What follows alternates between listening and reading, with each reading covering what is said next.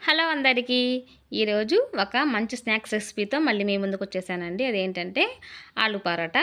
దానికోసం ముందుగా కొంచెం గోధుమ పిండిలో కొంచెం సాల్ట్, కొంచెం ఆయిల్ వేసి బాగా చపాతీ పిండిలాగా మెత్తగా కలుపుకొని పక్కన పెట్టుకోవాలి. నెక్స్ట్ పరోటా స్టఫ్ కోసం బంగాళదుంప మళ్ళీ ఉడికించుకొని చక్కగా నలిపి అందులో తగినంత ఉప్పు, తగినంత కారం, అలానే 1 టీ స్పూన్ వాముని నలిపి వేసుకోవాలి.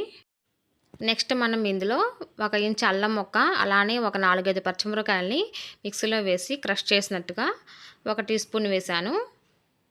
నెక్స్ట్ మనం ఇందులో ఒక 1/2 టీ స్పూన్ జీలకర్ర పొడి వేసాను. అలానే 1 టేబుల్ స్పూన్ ధనియాల పొడి. నెక్స్ట్ కొంచెం కొత్తిమీర చిన్న చిన్న ముక్కలుగా కట్ చేసి వేసుకోవాలి. ఈ రెసిపీ అయితే పిల్లలకి ఈవినింగ్ స్నాక్స్ చేస్తున్నాను నేనైతే ఫస్ట్ టైం చేస్తున్నాను. కానీ ఆలు పరోటా చేయడం చూసినంత ఈజీ కాదండి అని నాకు అనిపించింది. ఆ స్టఫింగ్ చేయడం అయితే చాలా కష్టం అనిపించింది. ఇప్పుడు ఇందులో కొంచెం కొత్తిమీర వేసాను. అలానే చిన్న చిన్న ముక్కలుగా ఆనియన్స్ కట్ చేసుకుని వేసాను. మనకి స్టఫింగ్ పెట్టడానికి వీలుగా లోపలికి మన ఆనియన్స్ పెద్దగా ఉంటే మనకు చపాతీ చేసి స్టఫ్ పెట్టేటప్పుడు బయటికి రాకుండా ఉండాలి కదా, అందుకని చిన్న చిన్నగా ముక్కలుగా కట్ చేసుకుని వేసుకోవాలి. ఇక అన్నీ వేసుకున్న తర్వాత అన్నిటిని బాగా కలుపుకొని ఒక పక్కన పెట్టేసుకొని నెక్స్ట్ మనం చపాతీ చేసుకొని బంగాళదుంప మిశ్రమాన్ని ఇంక ఇందులో స్టఫ్ చేసుకున్నాము. చపాతీ చక్కగా చేసుకొని చపాతీ ఒక వంతు అయితే పిండిని 2 వంతులు తీసుకొని చపాతీ పిండిలో కొంచెం చపాతీ చేసినట్టుగా చేసి మనం ఇంకా కొంచెం బంగాళదుంప ముద్దని దాంట్లో పెట్టుకొని ఇంకా మనం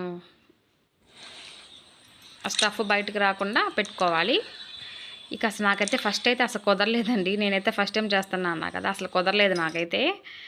తర్వాత 1, 2 నిదానంగా చేసి స్టఫింగ్ అయితే బయటకు రాలేదు, కానీ ఫోల్డింగ్ చేయటం చాలా కష్టం అనిపించింది.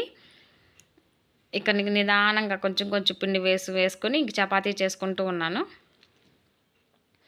ఏదైనా అంతే కదా, practice makes a man perfect అని ఊరికే అనలేదని అనిపించింది.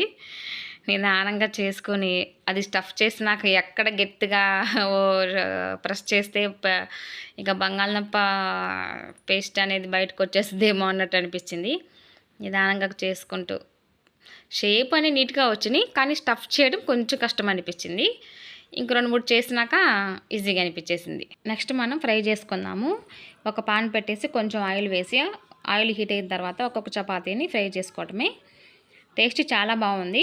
ఇంకా దీంట్లో సైడ్గా ఏం లేకపోయినా పర్లేదు. మా పిల్లలు దీంట్లో చేసిన పప్పు ఉంటే పప్పుతో తిన్నారు. వీడియో నచ్చితే లైక్ చేయండి, షేర్ చేయండి, సబ్స్క్రైబ్ చేసుకోండి. Thank you.